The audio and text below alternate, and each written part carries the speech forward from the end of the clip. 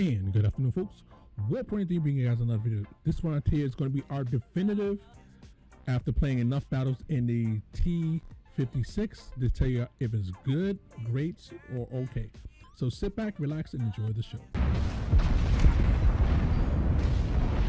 gonna have to rain down a godly firestorm on you.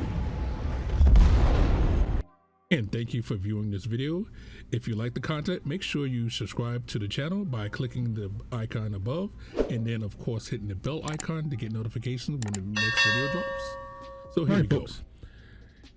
Now again, I played enough battles inside this tank in the community contributors check challenge, and again I'm going to tell you my definitive feelings about it. Now my most damage calls inside here, you can see it's almost 6,000. But you can see the leaderboard. You have the best of the best playing this tank, and then you have everybody else. And you can see where I made it at. Again, almost 4K inside of it. And again, my winning percentage was 66% overall inside this tank. So again, I know what I'm talking about when I say it is, if this tank is good, bad, or ugly. But hold on one second. Let's go to the videotape. Okay, I'm gonna make this part fast so you can see exactly what I'm talking about. Most people are comparing this tank to the Barask, and I'm comparing it to the Emil and the Defender. Now you can basically see inside of the Barask is basically, you know, super accurate at certain you know, being its gun placement and everything else like that. So when it gets close, it's gonna eliminate you. It's gonna hit you hard and run away. You can see the Skoda is not going to hit you hard because it's gonna just derpy as the Barask, but it doesn't have the accuracy on the move when it's close as the Barasks. Its speed is not as fast as the Barask. So again, everybody's comparing this thing to the Barask. Please stop it. Just stop it. Just because it has a good alpha as the Barask has the ability, once it shoots its alpha, to get the hell out of dodge and rotate around the map, reload, and come back. The Skoda does not. Get that out of the way. That's done. Okay, let's compare it to the Emil. Again, I'm going through this fast and everything else so that you can see the Emil DPM is about almost the same and everything else. The clip damage, so that it takes a little bit longer to get the clip damage off, another 2 seconds, but that damage is actually more effective because again, you can track somebody and then make sure you can get 2 hits in. Whereas the Skoda, if you miss the first shot, you basically F your DPM up, so it doesn't really mean it. You enter the clip reload between the two, again, it's much faster, so it's more comfortable to actually play and more comfortable to shoot. You have way more shells, so you can beat the bushes, whereas the Skoda cannot. You can basically shell. Armor-wise, let's just talk about the armor real quick. The armor, no, actually, let's go with the gun handling. The gun handling, when it's shooting at long range, is better. When it's up close and personal, the Skoda is a lot better and everything else of that, but again, 12 degrees gun depression, so it's more comfortable to use on ridge lines and different things like that. So again, the Emil still takes the cake for me. Speed, the Emil 45 to artificial limit of 30. The Emil can move around the map, kick your ass, run away while it's reloading, come back and do the same thing again, just like the Barask can. It just can't do it as well as the Barask, but still. So again, its alpha is comparable, its armor is comparable. You can see the whole armor again about the same. The turret armor, well, this is really a misnomer because again, when you actually factor in the actual slope, this is the raw numbers. When you factor in the slope, the Emil's armor is actually better than the Skoda's is because the Skoda has a hole and the Skoda has that part of the turret that's easily hit. So again, goes to the Emil. I'm not even gonna talk about the Defender because again, the Defender is just stupid class, S class. It fits into tier 10s and can basically do well. The Emil is in tier 10s, can do well. The Barask in tier 10s can do well. The Skoda, when it gets to tier 10, nah. I'm sorry. I played enough battles. You can see by the previous list that doesn't really apply. Don't even waste your time. Okay, let's go into the. All right, you're looking at this basically it's not near optimum condition. This is seeing lower tiers, meaning it's seeing tier 7s, even though it's seeing a tier 9s inside of here. But you're looking at it at its near its best. Tier 6, of course, would be its best.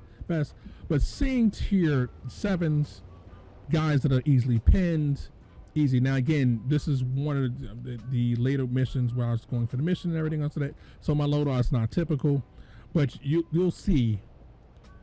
This is basically fully kitted out. What I mean by fully kitted out, you have equipment on it that's going to make it the best. You have purple equipment. So it's going to give you, again, this is with purple equipment. You know, this stuff that, you know, you have them bonds, you have that money, you can make it the best it can be all you can be. Facing lower tiers. Now again, you can see the gun is derpy as F. Everybody's worried about, well, it can slap you hard with 2 shots. Yes, but the gun is super damn derpy at range. Super derpy. So you're not going to be hitting these shots reliably. So again, get that out of your head. It's not the Barras where you can speed in, pew pew, 2 shots and run away. This is not the Emil 1941, which again, you have 3 shots. In the Emil, you usually miss 1 of those 3. So you still have 2 shots that are actually going to pin. In this one here, you're going to pin 1 out of 3. Sorry, 1 out of 2. And when you go overall and stuff like that, if you're looking at, let's say, out of how many shots you'd make out of 10. If you're shooting 10 times,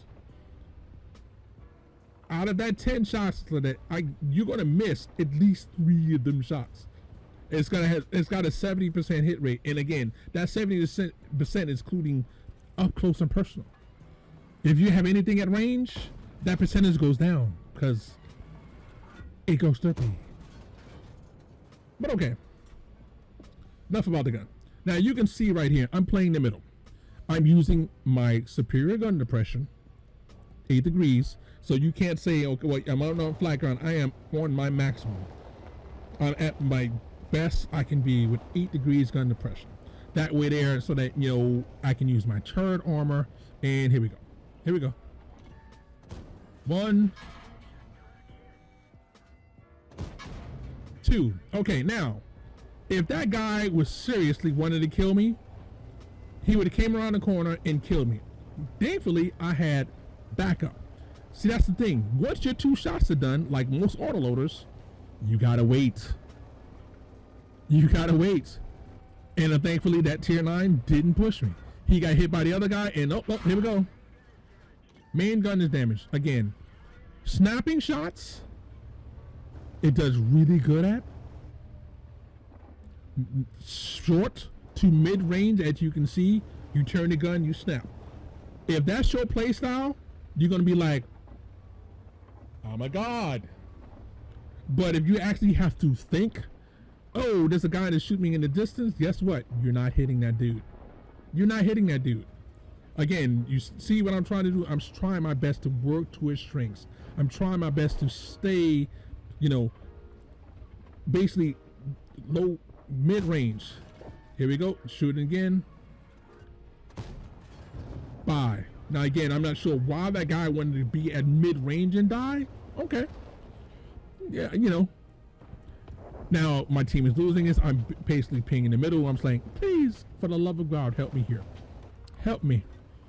All right, here we go. Here we go. Come on, come on, come a little bit forward, please. Now I already know not to go for pixel shots because that's not gonna work. Okay, that shot was not good. Now again, look where the shot. I'm shooting at tanks that can be pinned anywhere. But let's say if that was a tank that actually had armor. You see where I shot at, which gave it, was a green pin marker. And where the shot actually hit, which was over here, which basically it hit his gun manlet. If that guy didn't have basically any armor and stuff like that, I wouldn't have pinned that shot. So I've already, the first shot would have missed. The second shot would not have pinned.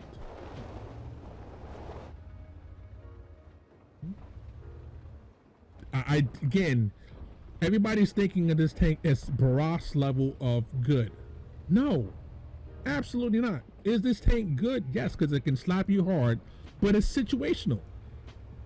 They're letting me stay in the crow's nest and basically beating the crap out of them.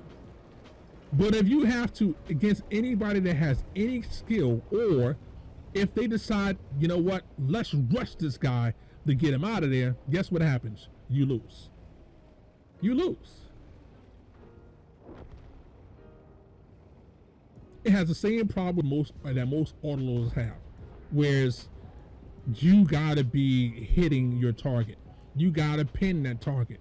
If you cannot pin the target reliably, It doesn't matter if your gun slaps super hard because it doesn't do anything. I don't know how many ways to say this. Is this, and again, during the event, I was 66% in this tank, meaning that, you know, I use my knowledge to make sure that I try my best to get wins. Yeah, that's lucky Amarak. All right, 60. Look at this guy right here. Look.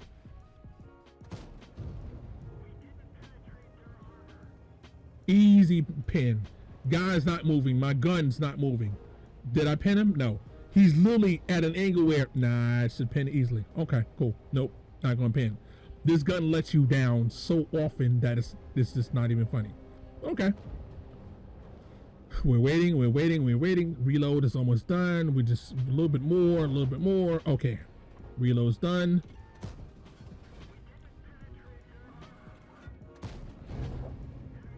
One out of how many shots?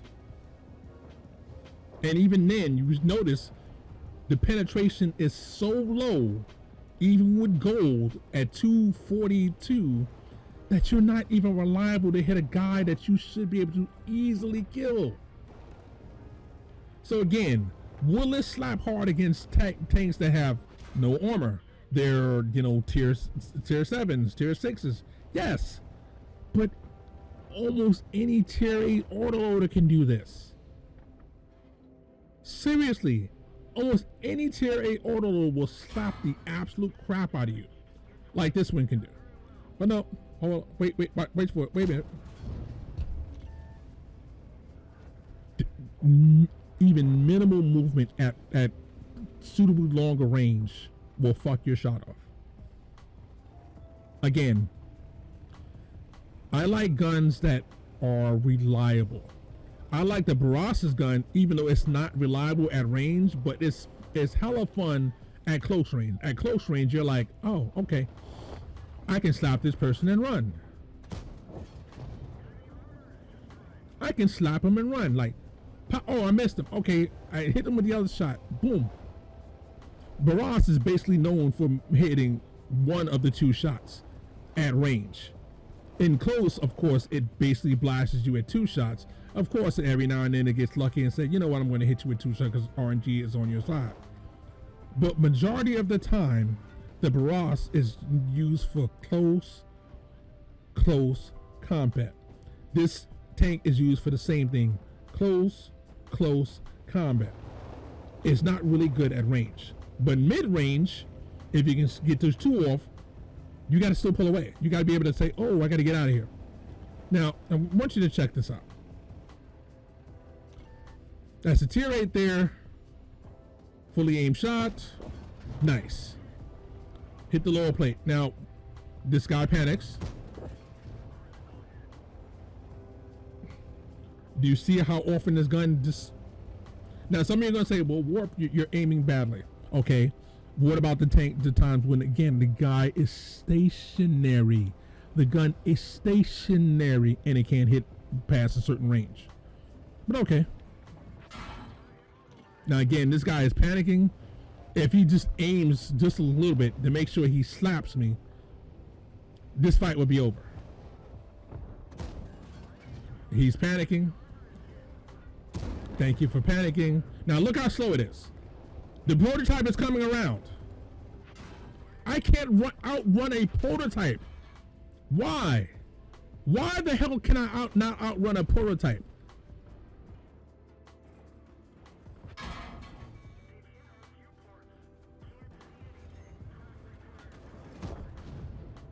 Did you see that interaction right there? The prototype is one of the slowest tanks in the game. It caught me trying to run away. Literally, it caught me trying to run away because the acceleration is not that great. Its top speed is limited, so therefore the prototype was able to keep up enough to get shots on me. If that's not the telltale the part that tells you the issue with this tank, I don't know what else. Again, bad pin, close range. Sorry, negative. Bad pin, The gun is derpy as F at anything but close range. It is just slow, can be rushed. Good parts, it slaps hard. It's the master inside of here. Again, got a little bit lucky because again we had an ammo rack inside of there, which is always good. This is my highest damage game in this tank. You've seen how many battles I've had in this tank. So again, usually my reuse is like 10 and a little way through because it takes me a while to do it. But again, for 2-3 days, I was grinding the hell out this tank. I was using 2 purple equipments with vents. You can see the crew appearance like that, you know, is a two full skill crew and working on this third. By the time I got finished, I had the 3rd skill crew done. Okay.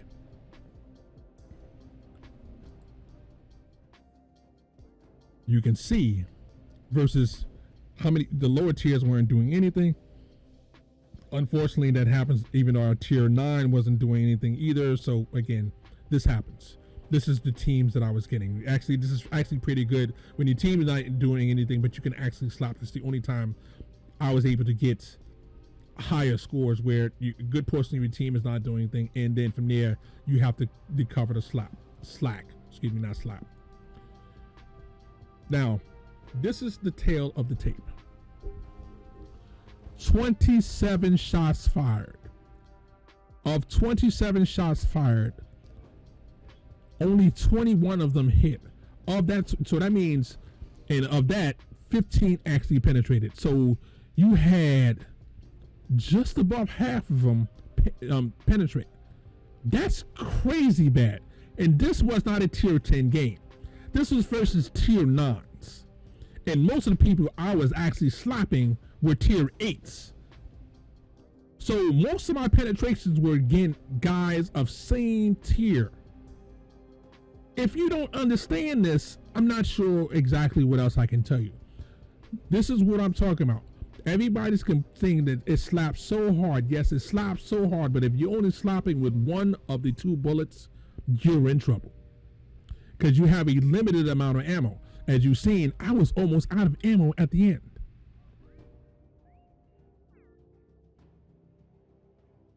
Believe it. This is my review of this tank. This is my final opinion of it. Is this tank good? Yes. But it's situational. Do not compare this to the Barras. The Barras is near OP and broken. This is more in line with the Emil 1951. And I still consider the Emil 1951 a better tank. That's my opinion. Do what you want. One you can get for free. The other one, this one here, you can pay for. That's up to you guys. It's Warp103 saying warp out. Have fun. We'll catch you guys on the next one.